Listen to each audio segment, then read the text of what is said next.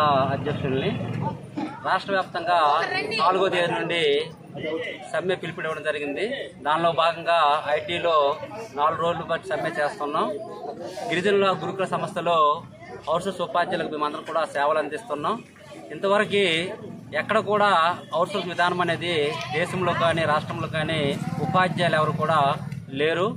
మాది ఒక autonomous body అయినప్పుడు కూడా డిఎస్లు కలపడానికి మా పోస్టులు లేవు. అయినప్పుడు కూడా రాష్ట్ర ప్రభుత్వము 1143 పోస్టులు కలిపరనే ఒక ఆందోళన చెంది మేము ఈరోజు నిరసన కార్యక్రమాన్ని చేపడుతున్నాం.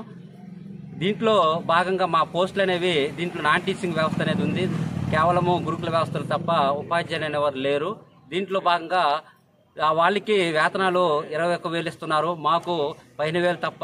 ఇంతవరకు మాకు 10 పిఆర్స్ ఇస్తున్నారు తప్ప 15 పిఆర్స్ కానీ 18 పిఆర్స్ కానీ 22 పిఆర్స్ కానీ మాకు అమలుకి నోచుకోలేదు.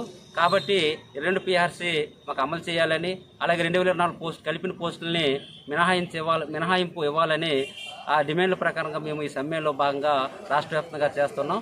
తక్షణమే మా పోస్టులు మినహాయించి మా అందరికి న్యాయం చేస్తారని, సిఆర్టీగా మార్పు చేయాలని మేము ఎంతో సమర్థులమని నిన్నే శాసనమండలిలో మన మంత్రి గారు ప్రకటించారు. సమర్థులు అలాగే తెలివైన వారు అన్నారు. కాబట్టి మమ్మల్ని కొనసాగించాలని ఆ మేడం గారికి కూడా వినయపూర్వకంగా తెలియజేస్తున్నాం. ఆ దిశగా మీరు ముందుకి మా యొక్క సమస్యలు పరిష్కరించే వరకు ఈ యొక్క సమ్మె విరమించమని సభాముఖంగా తెలియజేస్తున్నాం.